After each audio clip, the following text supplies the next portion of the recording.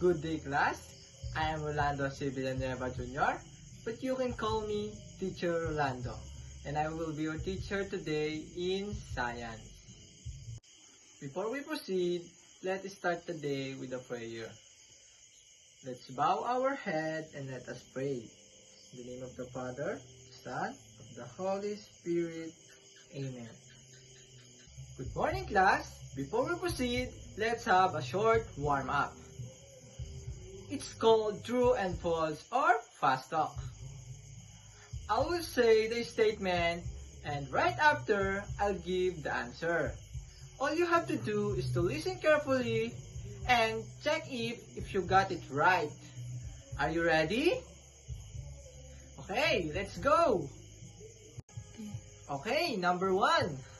All living things are made of cells. So the answer is true, because cells are building blocks of life. So number 2, our hair keeps growing because of cell division. So the answer is true as well, because without cell division, our hair nails would never grow. Okay, number 3, cells divide only once in their whole lifetime. So the answer is false, because cells divide over and over again. That's why we continue to grow and heal. So number 4 is DNA is not important during the cell division. So the answer is false as well, because DNA is actually the most important part, because it carries our genetic code that needs to be passed on the new cells. And lastly, number 5. Without cell division, we cannot heal wounds. So the answer is true, because if cuts never healed, our bodies would not recover. Nice work, class! That quick activity already connects to our lesson today. Okay, class, let's proceed into our topic. Let's start with the chromosome. It is like a package that carries our DNA tightly curled to the fit inside the nucleus. At the center is the centromere, like a belt holding two arms called chromatids. During division, these chromatids separate so each new cells get complete DNA. The cell cycle is also about how the cells grows, copies DNA, and divide chromosomes properly. Before we go deeper, let us first understand some important terms. These words are like building blocks of our lesson. So number 1 is gene. A gene is the basic unit of heredity. It works like a small instruction manual of our body. For example, there are genes for eye colors, hair type, and even height. Number 2 is the genome. The genome is the total collection of all DNA of an organism. If a gene is like one page of a book, the genome is the whole book that contains all the instruction needed for life. Number 3 is somatic cells.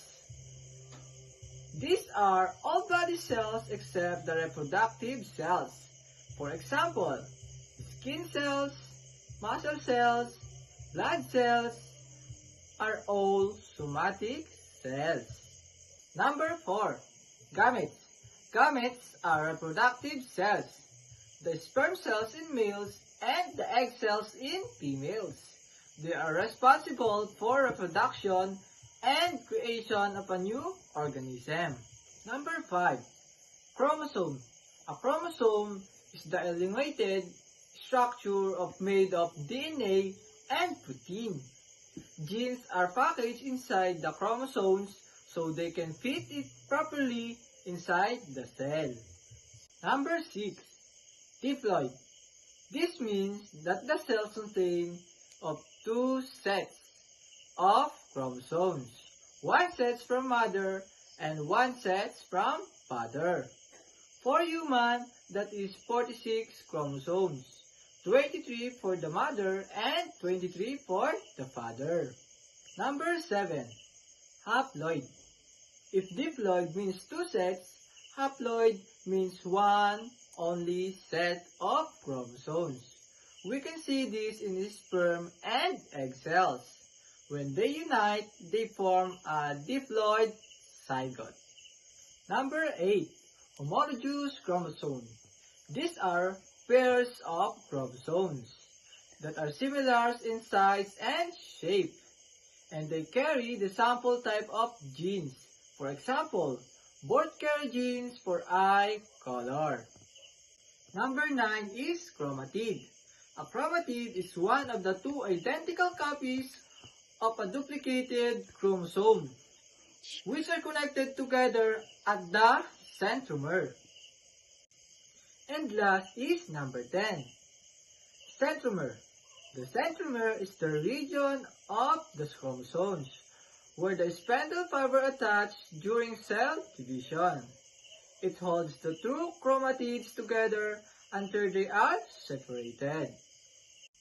Now that we already know the important terms like gene, chromosome, diploid, haploid, and others, now we are ready to move on.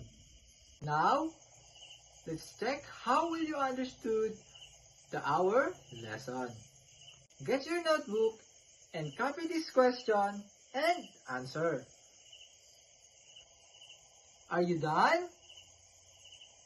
Very good. And for your assignment, copy this in your assignment notebook and pass it to the next meeting. Okay class, that's all for today. Bye class!